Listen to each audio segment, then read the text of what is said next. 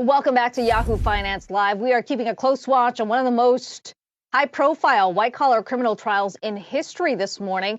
Elizabeth Holmes, the founder and CEO of the now-defunct blood testing startup Theranos, is set to be sentenced today for fraud convictions that a Silicon Valley jury handed down back in January.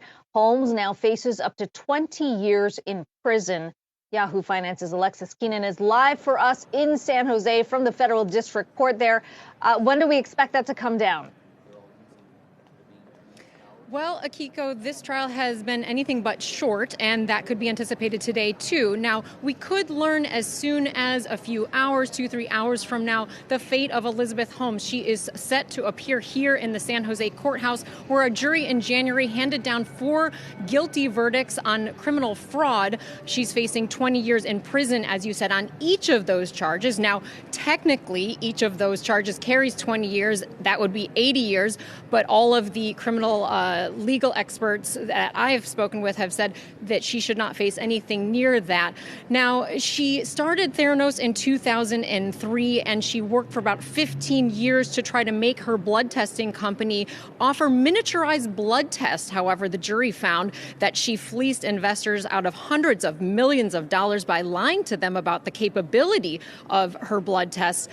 She is also looking at fines as well as prison time, although the judge has broad leniency in deciding what her sentence will be. He doesn't necessarily have to send her to prison at all. Now, let's take a look at what Holmes is asking for versus what prosecutors are wanting to be her sentence. Holmes is looking for an 18-month house arrest. That's what her attorneys are asking for. On the other hand, government attorneys, they're asking for 15 years behind bars plus 3 years of supervised release. Also asking for about $804 million in restitution, and that would be to repay the funds that they say she owes to her investors. Some of those investors, wealthy individuals, others, corporations like Walgreens, which Theranos did a deal with back in 2014. Now, also what will come into play is the recommendation of the probation officer. The probation officer has issued a report to the court saying that they recommend 9 years behind bars. But Akiko, these are really daunting charges. They are serious charges, and we will be watching from inside the courtroom, and we'll bring you the latest as soon as we have it.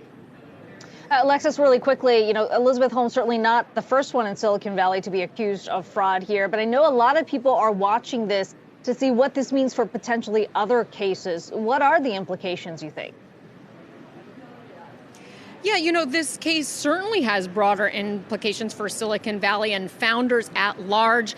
Look, just this past week or so, we've been looking at possible misdoings, misappropriated funds with the FTX scandal. Not to say that's a Silicon Valley case, but indeed founders who are starting companies and wanting to prop up and hype their innovations, this is absolutely going to be an indictment for how far that hyping can go in order to really sell those products and services.